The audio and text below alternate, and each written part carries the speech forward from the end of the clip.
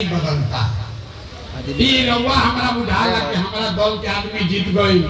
अब क्या हमारा गांव वाला जीत गई, हमारा जात वाला जीत गई।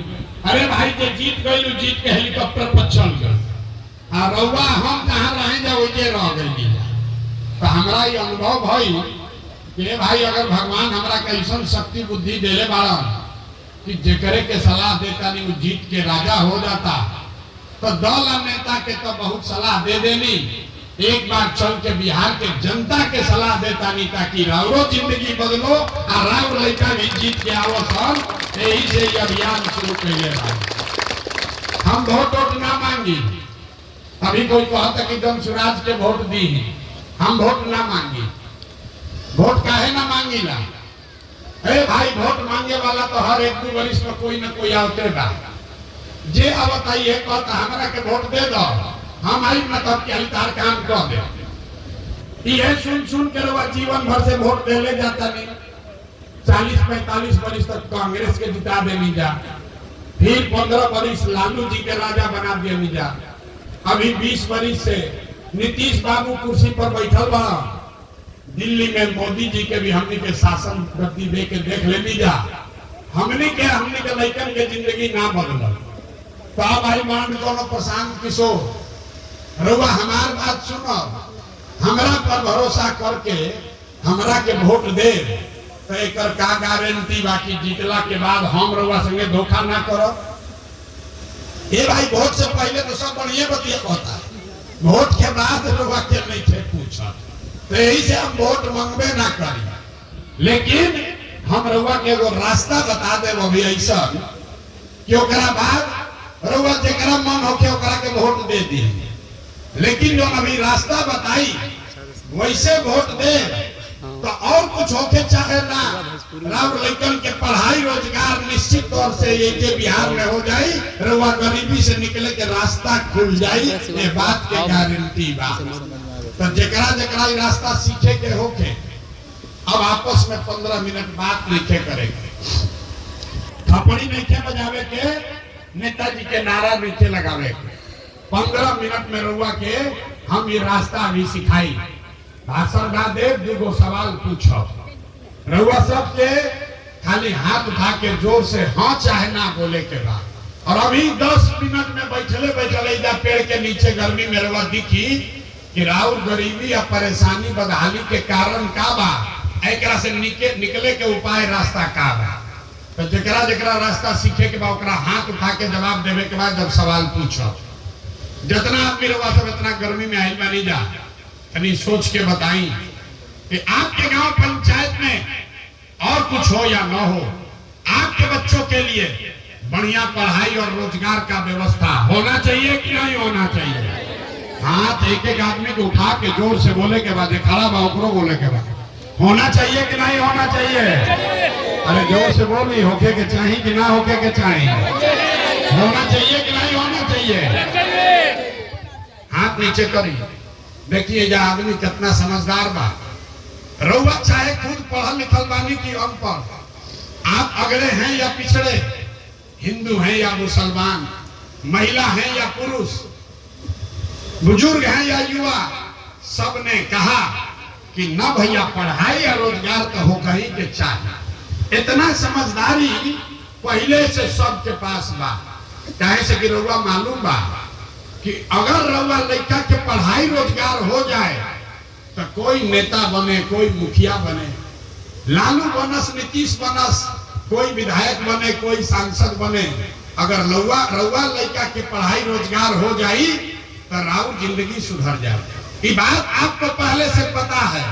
अब दिखाते हैं आपको आपके बर्बादी का, आपके बदहाली का कारण। सब आदमी एक बार जरा अपने अपने बच्चों का चेहरा याद कीजिए। सब आदमी अपना अपना लड़कन के तनी चेहरा याद कर लीजिए और अपने बच्चों के नाम पर ईमानदारी से बताइए, आप में से किसने जीवन में एक बार भी अपने बच्चों के पढ़ाई रोजगार के लिए वोट दिया है? नहीं। देखिए पूरा जितना आदमी बैठा हुआ कैसन चुप। अभी कितना जोर से बोलनी है, कि ए भैया पढ़ाई और रोजगार होके के चाहिए। रउआ बैठ के मुखिया के करी आवता नहीं, कोई लालू के कहता, कोई नीतीश के, कोई विधायक के, कोई सांसद के। अरे भाई रउआ तो आज तक अपना बच्चा के पढ़ाई रोजगार खातिर वोटे ना देनी। अब कोई खड़ा होके कही कि भैया केकरा के वोट दिया। बिहार में तो सब नेता ठग बाड़न, चोर बाड़न। एक का गारंटी बा कि पढ़ाई रोजगार खातिर वोट दिया तो मिली? बिल्कुल इसका गारंटी है। हमरा से लिख के ली, वोट जकरा के मन हुई ओकरा के दे। अभी 2 मिनट में जादू देखिए कि वोट आप चाहे जिसको भी दीजिएगा, आपके बच्चों को पढ़ाई रोजगार कैसे मिलेगा। हमारी बात पर भरोसा मत कीजिए, अपने आप के सामने देखिए। दूसरा सवाल का जवाब दीजिए, आज तक आपने जिस नेता को, दल को वोट दिया, उन नेताओं ने आपका और आपके बच्चों का काम किया है कि नहीं किया है? हाथ उठा के बतावे के बाद कैले बन जा कि नहीं जा कैले। अरे नेता लोग काम किया है कि नहीं किया है? जोर से बोलिए, हथवा उठा के, हाथ उठा कर बोलिए, नेता लोग काम किए हैं कि नहीं किए हैं? अरे जोर से बोलिए, ऐसे धीरे से नहीं। किया है कि नहीं किया भाई? किया है कि नहीं किया है? नहीं किया है ना? पलटिएगा मत, वीडियो में रिकॉर्ड हो गई, सब आदमी देखल, सब कोई कहल है भैया जरा के वोट देनी जा, हमने के कोई काम आज तक ना करे। तो अब जादू देखिए, अब जादू देखिए कि जिस कैसे आपके बच्चे को पढ़ाई रोजगार मिलेगा। हम सही बात बोले तो जोर से हाँ बोले के बाद, गलत बोला तो ना बोलिएगा, बात खत्म होगा। पढ़ाई रोजगार मिलेगा कैसे दिखेगा? पूरा बिहार में, महाराजगंज में, सिवान में, रुआ गांव में, इस सभा में आए हुए बहुत सारे लोगों ने 5 किलो अनाज के लालच में मोदी जी को, भाजपा को वोट दिया है। तब बिहार में चाहे जितना चोरी भ्रष्टाचार है, 1 किलो चोरी करके 4 किलो अनाज यहाँ के गरीब को मिल रहा है कि नहीं मिल रहा है? खाली हाथ नीचे लावे के, मुंह से बोले के बाद मिल रहा है कि नहीं मिल रहा है? आपने, हमने वोट दिया, हिंदू मुसलमान बन के भाजपा के लोग आकर कहा कि सब हिंदू एक हो जाओ, अयोध्या में राम जी के मंदिर बनावे के बाद। तरौआ गांव में नाली गली ना बनल, स्कूल अस्पताल ना भइल, ऐजा फैक्ट्री ना लागल, लेकिन रउआ वोट से अयोध्या में राम जी के मंदिर बनल बा कि नहीं बनल? अरे बोलिए, राम जी का मंदिर बना है कि नहीं बना है? हटो यार, वहां हटो। आपने, हमने, कई लोगों ने वोट दिया नीतीश कुमार को। लोगों ने कहा कि भैया हमने के बिजली चाहिए, सड़क चाहिए। लालू जी के राज में बिजली पानी सड़क नहीं था, तो नीतीश के राज में, इसी बिहार में, इसी भ्रष्टाचार वाले बिहार में बिजली का बिल 2000 आए चाहे 4000, घरे घरे बिजली आया है कि नहीं आया है? अरे बिजली आया है कि नहीं आया है? आपने, हमने वोट दिया जाति के नाम पर, अपना जात के नेता के। बिहार में आदमी कहेला कि भैया हम जी ही चाहे मरी, कुछ हो के अपना जाते वाला के वोट दिया। तो रउआ जात के नेता ने आपके बच्चों के पढ़ाई रोजगार का बात नहीं किया, लेकिन जाति का बात, जाति का जनगणना घरे घर पूरा बिहार में कराया है कि नहीं कराया है? अरे जाति के गिनती भाई बा कि नहीं थे भाई? हमने, आपने वोट दिया सिलेंडर के लालच में मोदी जी को। तो सिलेंडर के दाम 800 हो चाहे 1000, घरे घरे सिलेंडर बटल बा कि नहीं थे बटल? अरे मोदी जी अपना प्रचार करता है, सिलेंडर बताए कि नहीं बताया? आपने, हमने वोट दिया मोदी जी का भाषण सुन के कि मोदी जी गुजरात में बड़ा विकास कर ले वाला। तो भैया मोदी गुजरात में तो विकास करता, पूरा देश के पैसा ले जाके गुजरात के गांव-गांव में फैक्ट्री लगावता, और पूरा बिहार से, महाराजगंज, सिवान से राउर हमार लड़का घर के सवांग गुजरात में जाकर नौकरी मजदूरी कर रहे हैं कि नहीं कर रहे हैं? भाई तो कौना बात पर वोट देनी जा देखी नाम मिलल। रउआ कहनी अपना लड़कन के नाम पर कि भैया जीवन में अपना लड़कन के पढ़ाई रोजगार खातिर वोट ना देनी जाए, यह बतावे आई बानी। बोइएगा बबूल तो आम कहाँ से खाइएगा? वोट दीजिएगा 5 किलो अनाज के लिए तो रोजगार कैसे मिली? वोट दीजिएगा मंदिर मस्जिद बनाने के लिए तो फैक्ट्री कैसे लगेगा? वोट दीजिएगा जाति के नाम पर तो आपके बच्चों के लिए पढ़ाई कहाँ से होगा? आपने 5 किलो अनाज के लिए वोट दिया, अनाज मिल रहा है। आपने मंदिर के लिए वोट दिया, मंदिर बना है। आपने सिलेंडर के लिए वोट दिया, सिलेंडर बता है। आपने हिंदू मुसलमान के लिए वोट दिया, हिंदू मुसलमान में झगड़ा लड़ाई लागल बा। आपने जाति के लिए ना वोट दिया तो जाति के गिनती हो रहल बा। रउआ बिजली खातिर वोट देनी, बिजली घरे आ गई। रउआ गुजरात के विकास खातिर वोट देनी, गुजरात में फैक्ट्री लग गया। आपके बच्चे गुजरात में जाकर नौकर मजदूर बन गए। आपने अपने बच्चों के पढ़ाई रोजगार के लिए वोट नहीं दिया, इसलिए आपके बच्चे अनपढ़ और मजदूर बन गए। यही बताने आए, यह बतावे आई वाली कि रउआ कोई के आज तक वोट देनी लेकिन अपना लड़कन खातिर वोट ना देनी। रउआ बताई कि अगर आप अपने बच्चे का चिंता नहीं कीजिएगा तो दुनिया में राव लड़का के चिंता के करी, काहे करी? अगर आपको अपने बच्चे का चिंता नहीं है तो प्रशांत किशोर, लालू, नीतीश आपके बच्चे का चिंता क्यों करेगा? अब अभी आपको दिखाते हैं आपके बर्बादी का असली कारण। जरा हाथ उठाकर बताइए, और कुछ हो या न हो, आपको अपने बच्चों की चिंता है कि नहीं है? जरा हाथ उठाकर बताइए, झूठ नहीं क्या बोलेंगे, हाथ उठाकर बोलना है। अपने बच्चों की चिंता है कि नहीं है? है? पूरा गांव झूठ बोल रहा है, सब का सब झूठ बोल रहे हैं।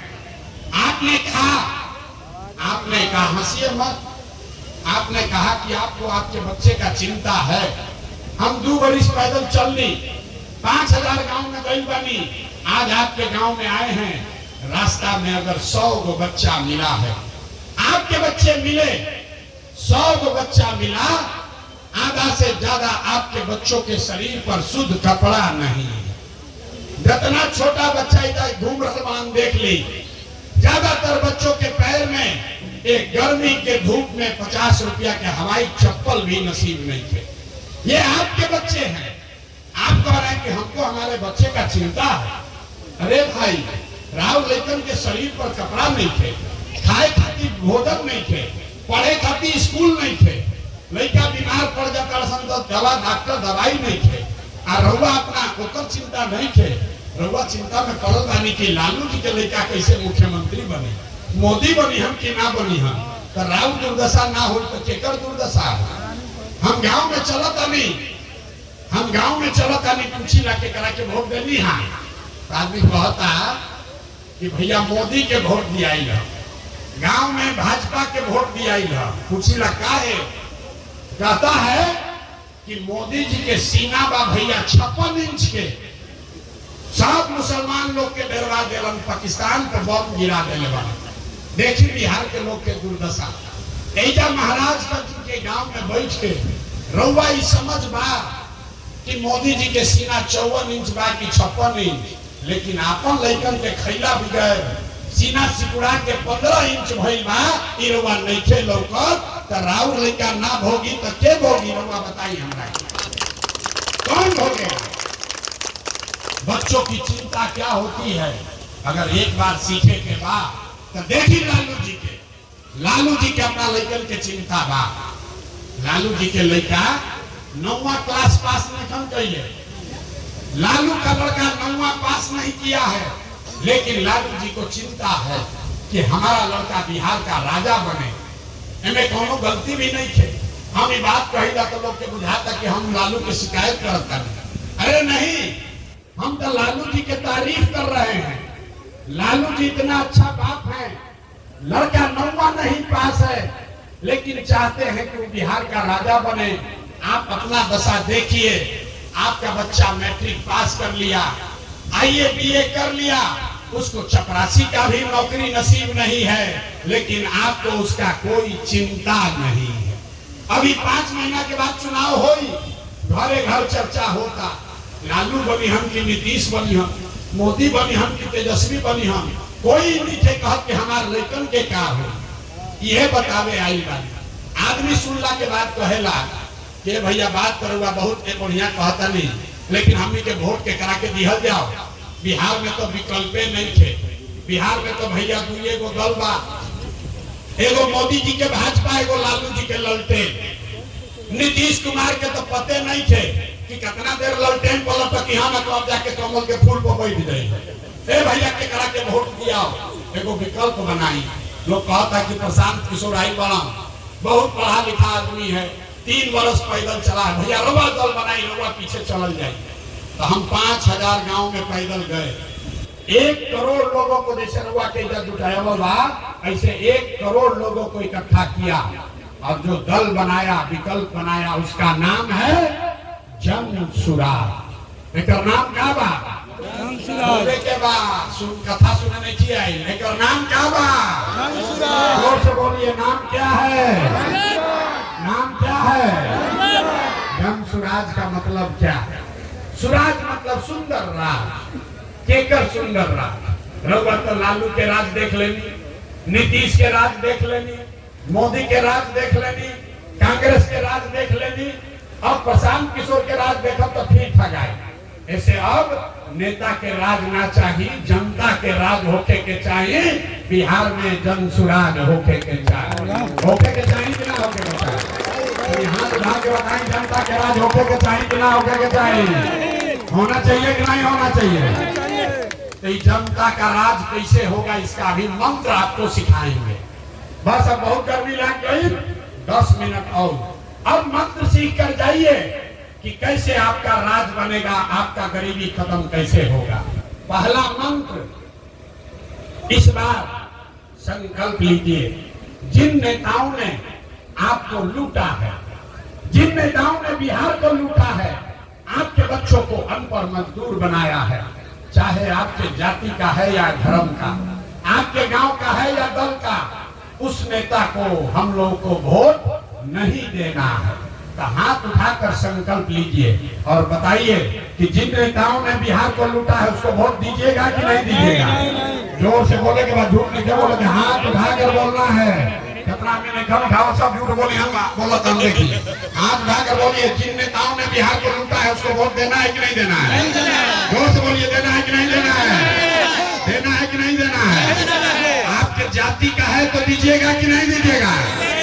आपके जात का है तो दीजिएगा कि नहीं दीजिएगा?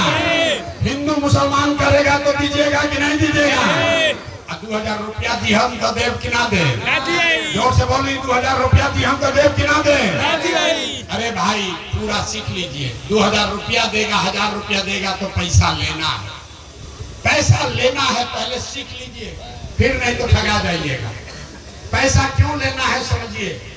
आप बताइए, 5 वर्ष में राशन कार्ड बनाने में आपसे घूस लिया है कि नहीं लिया? अरे मुंह से बोलिए, घूस लिया है कि नहीं लिया? जाति प्रमाण पत्र बनावे में घूस लागल बा कि नहीं लागल? नली गली बनावे खातिर पैसा मांगत हन कि नहीं मांगा? घरे घर शराब बिकता कि नहीं बिकता? महिला लोग बोले, पुरुष नहीं बोले, खाली महिला लोग बोलेगा। शराब बिक रहा है कि नहीं बिक रहा है? शराब बिक रहा है कि नहीं बिक रहा है? जमीन के दाखिल खारिज में पैसा लागल बा कि नहीं लागल? जमीन के रसीद काटे में पैसा लागत कि नहीं लागत? लागत है ना? तो हमनिए के पैसा 5 बरिस लूटले वाला सब, अब वोटवा के समय आके 1000 रुपया देगा तो पैसा ले लेना है। पैसा आप ही का है, वापस लेना है। लेने के बाद अब असली मंत्र याद रखना है।